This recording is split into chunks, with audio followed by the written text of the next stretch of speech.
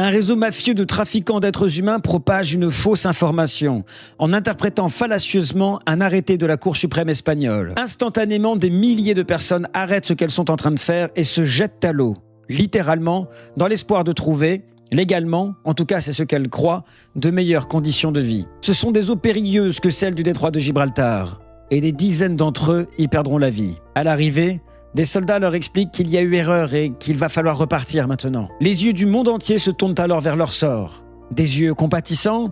Des yeux accablés? Non. Des yeux accusateurs. Des yeux méfiants.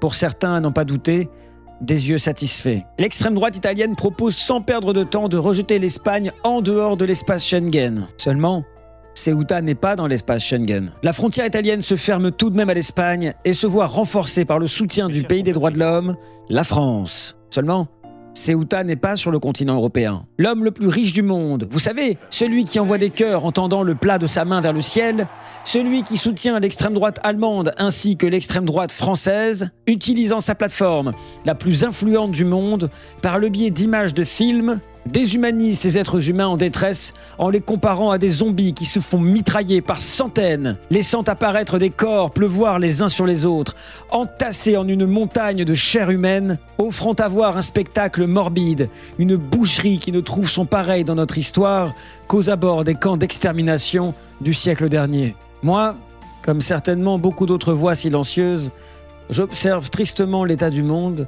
qui me paraît chaque jour un peu plus sombre. Les voix les plus fortes sont aujourd'hui celles de la peur et de la haine, dont les horribles passions sont déclenchées et dirigées vers des personnes sans défense. Mais je ne pense pourtant pas que le genre humain ait perdu son humanité. Je ne pense pas non plus que ceux qui en sont le plus dépourvus soient les plus nombreux. Je pense par contre qu'ils sont de plus en plus bruyants et de plus en plus puissants, et qu'ils génèrent chez le reste du monde un état de sidération, un état d'anxiété et finalement un sentiment de désespoir qui nous amène trop souvent à détourner le regard d'actualités devenues trop difficiles à confronter. Malheureusement, ces éléments, ces sentiments constituent le terreau idéal et même nécessaire pour permettre de faire fleurir les fleurs maudites des diverses idéologies xénophobes qui, elles seules, empoisonnent notre sol, notre cohésion sociale et notre fraternité. À Ceuta, la seule vraie submersion qui ait eu lieu fut celle des eaux impitoyables de Gibraltar, venues balayer des dizaines de vies innocentes de jeunes gens venus pleins d'espoir sur le motif d'une fausse information visant à faire du profit